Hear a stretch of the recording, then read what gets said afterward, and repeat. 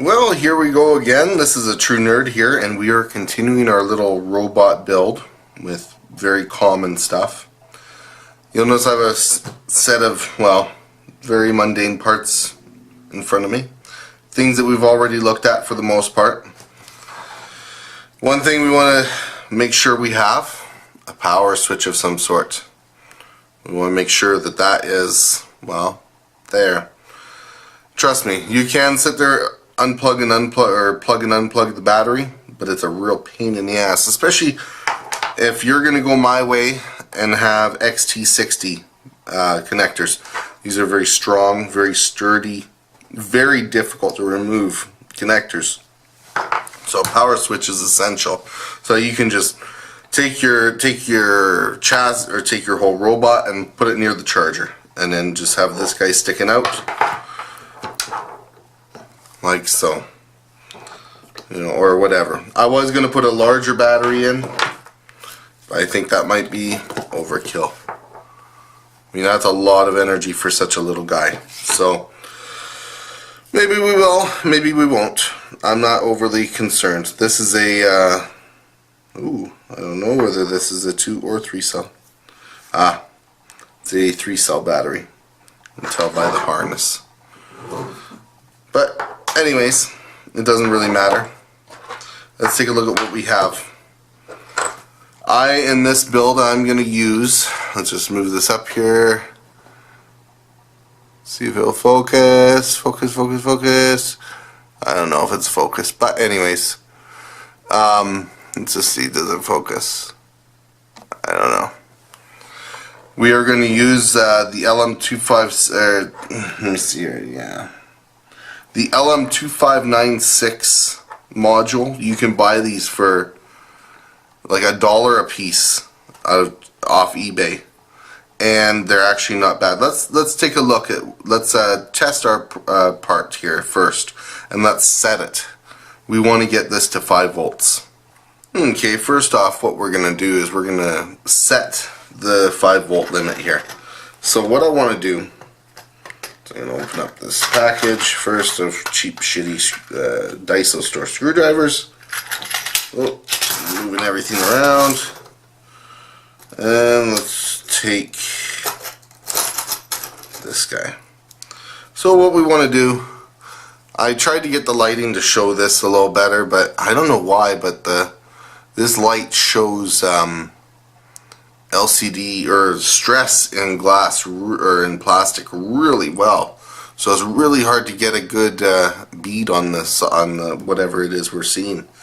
So anyways, let's I could have clamped this together, but let's go like so. So oh, that was okay.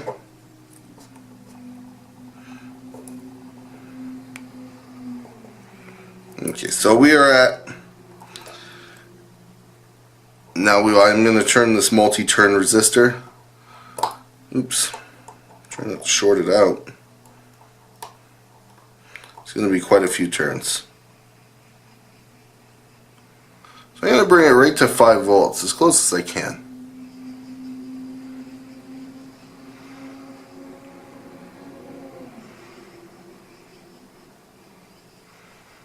Thereabouts.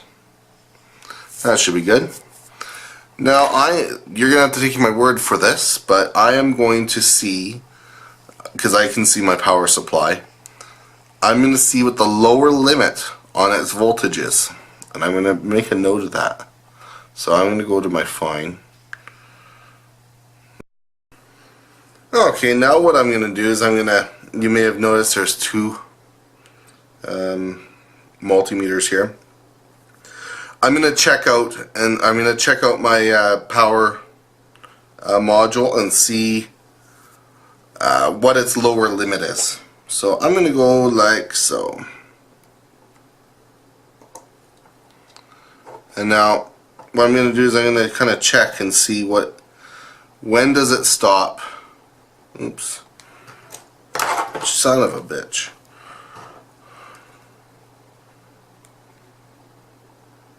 Go like that, and like that. I don't have enough connectors. Okay, so now I'm going to adjust the voltage on the power supply.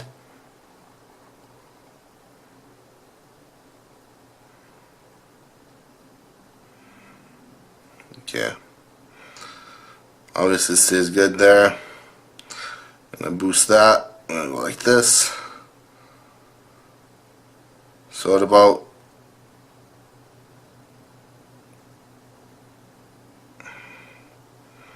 5.9 volts you start to see a drop off. Hopefully you can read that on the screen.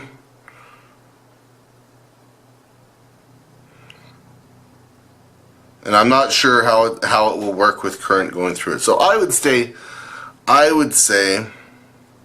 just from experience, I would say proud of 6.5 volts, just to be safe. And yeah, that should work. I think this particular unit will function just fine. Okay, first what I want to do is I want to go over a little bit on how I'm going to arrange it and how you could arrange the circuitry for the or the power circuitry for your particular device or for your robot. In my case, I'm just simply taking my battery. I'm going to put a power switch at the positive rail just before the battery, right? So you can have your connector. You know, you have your connector here, right? Your connector will be there. I just labeled this battery voltage. That's something that you could have. In my case, I'm going to have the LM2596 buck, the buck converter, the switching converter. And in this case, so battery in, 5 volt out. We already adjusted the buck converter for that. And something I noticed about this module, I mean, you can buy this module for cheap, so it's well worth it, but this and this are the same thing. So worrying about having an out, they actually go to the same place. So they are connected all the way through. It's just straight line through. So there's no isolation whatsoever, no ground isolation. If you choose to have a LM70, let's say a LM7805, you know, a TO220 package, you can use that guy. Typically, you put, you know, you have ground to the center pin, input, and then output. I mean, you can look up the drawing. Generally speaking, you will probably want to put a heat sink on it, especially if you are driving the motors with it. You can typically drive about 1 amp out of it. I mean, the closer your voltage is, your battery voltage. So let's say your battery voltage is 8 volts. You're only dropping 3 volts. If your battery voltage is, let's say, 12 or 16 or 24, it can do it. But you will definitely want a heat sink, a good solid heat sink, because it will be just choking up the heat. So remember, these guys are not switching. They are dropping. They are dropping the voltage. You're wasting energy through heat. So that's something to consider, and that is a very common arrangement as well. Okay, this is, I mean, a pretty crude drawing, but this is a very common arrangement that I've seen other people use. Basically, straight from the battery to the Arduino, and from the Arduino, let's just get a marker here, we have our sensors. So all of our sensors are powered. Sensors and motors are powered from the Arduino. The Arduino itself generally has a voltage regulator built in. Now, a small one like this, it does have a voltage regulator built in. You can even run maybe a servo. You can run some small stuff, maybe LEDs. You are looking to get the voltage regulator very hot, and you are looking to get the voltage regulator to pop. It's not meant for that, especially the 3.3 volt one. There is a 3.3 volt regulator on these. Do not use it for anything more than a few LEDs or something. It is not meant for that. I believe it will go up to 100 milliamps. But anyways, that is, here we have the sensors here. So from the voltage reg off the Arduino, and what people do is they drive the motors directly from the battery, which is not a bad idea. Generally speaking, these motor drivers can handle up to 24 volts. There's nothing wrong with doing that. They can handle it. They don't get terribly hot. You will want to pull, if you're using cheap little motors like I have on this frame, and you're going to a high voltage, you will want to use a lot of pulse width modulation to, low duty pulse width modulation to keep the motors down, because you'll burn out the motors. So all in all, this will be my arrangement. I will run everything off 5 volts. The only reason is because I know exactly how the motors will operate at any given time, right? As the battery drains, the motors don't start running worse. I have more than enough current supply through the buck converter, so I'm not going to be having any kind of problems here. The sensors and whatever I'm using will not be terribly, will not have a huge current draw, so that's fine too. Yet that all added up, make sure you're not exceeding your rating of about 3 amps. Your Arduino takes very little.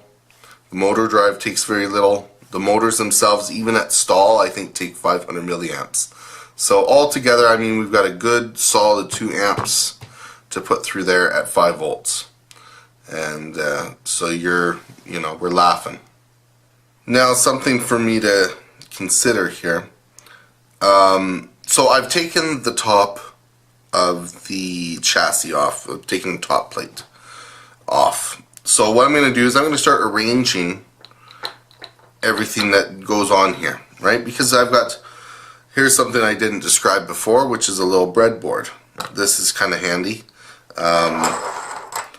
because at least I can sit there and move stuff around. I can pull power out at certain points, and what you can do, when you have, let's say I have one of these. I've got lots of these. You can buy these for cheap. Just little wires that go in there, or you can use just solid core wire. And when you feel that you have it done well enough, pull it sideways and then just hot glue it. And it'll make a fairly long lasting connection, oddly enough. I mean, because it provides a little bit of tension, constant tension. And yeah, so you can have it like that, or you can make your own little board, or you can even use terminals. Little terminals, something like this would be actually probably something that you would use so that you can distribute the power to your systems. But myself, I like a little breadboard. I can alter it at whim. Keep in mind that you do have a top plate. In this case, I am making this the front of the craft. So, because if you'll notice, she's a little bit unbalanced. So I'm going to put this is going to be the heavy part. And since this is closer to the wheels, this will be easier to pivot, and that will be better for the frontline sensors. So let me do that.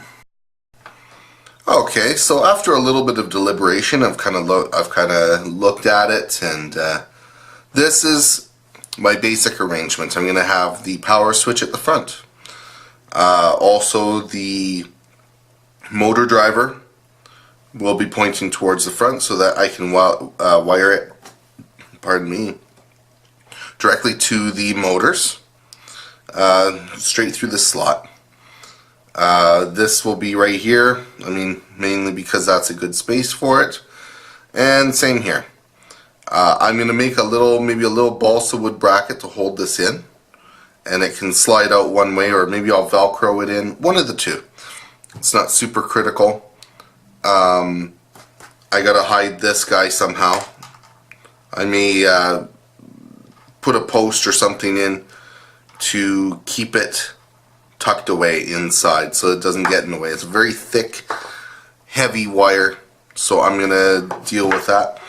And then in the next video, I'm gonna solder. So by the next video, we're gonna have this all soldered together and arranged, and we'll continue from there. Anyways, you guys have a good day or night or whatever it happens to be. Remember, this is a true nerd, and keep on building. Good night.